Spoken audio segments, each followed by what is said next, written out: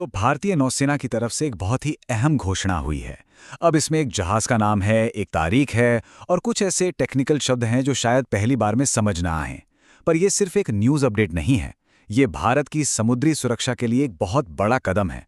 तो आइए इस घोषणा की हर एक बात को, हर एक शब्द को बड़े आराम से समझते हैं।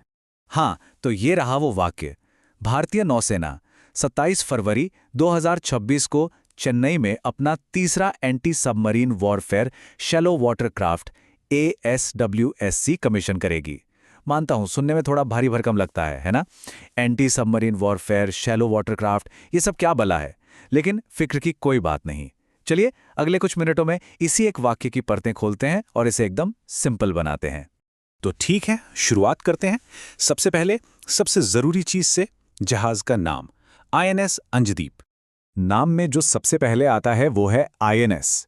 इसका सीधा सा मतलब है इंडियन नेवल शिप।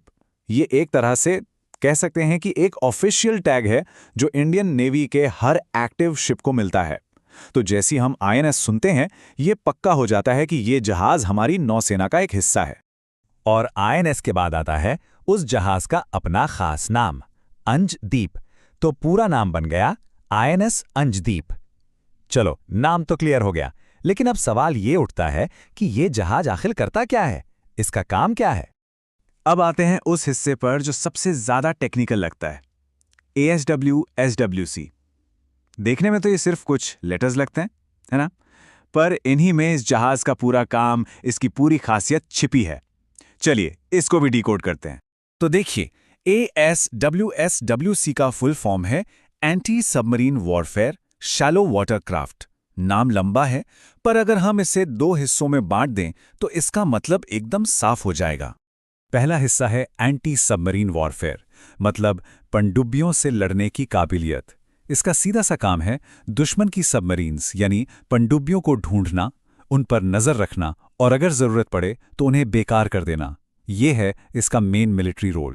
और दूसरा हिस्सा वो है शैलो वाटरक्राफ्ट। इसका मतलब है कि ये कोई गहरे समंदर में ऑपरेशन करने वाला जहाज नहीं है।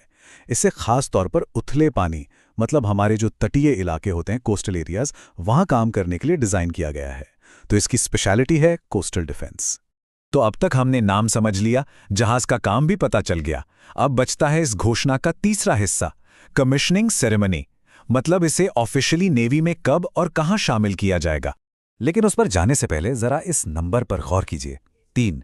INS अंजदीप अपनी तरह का पहला या दूसरा नहीं बल्कि तीसरा जहाज है।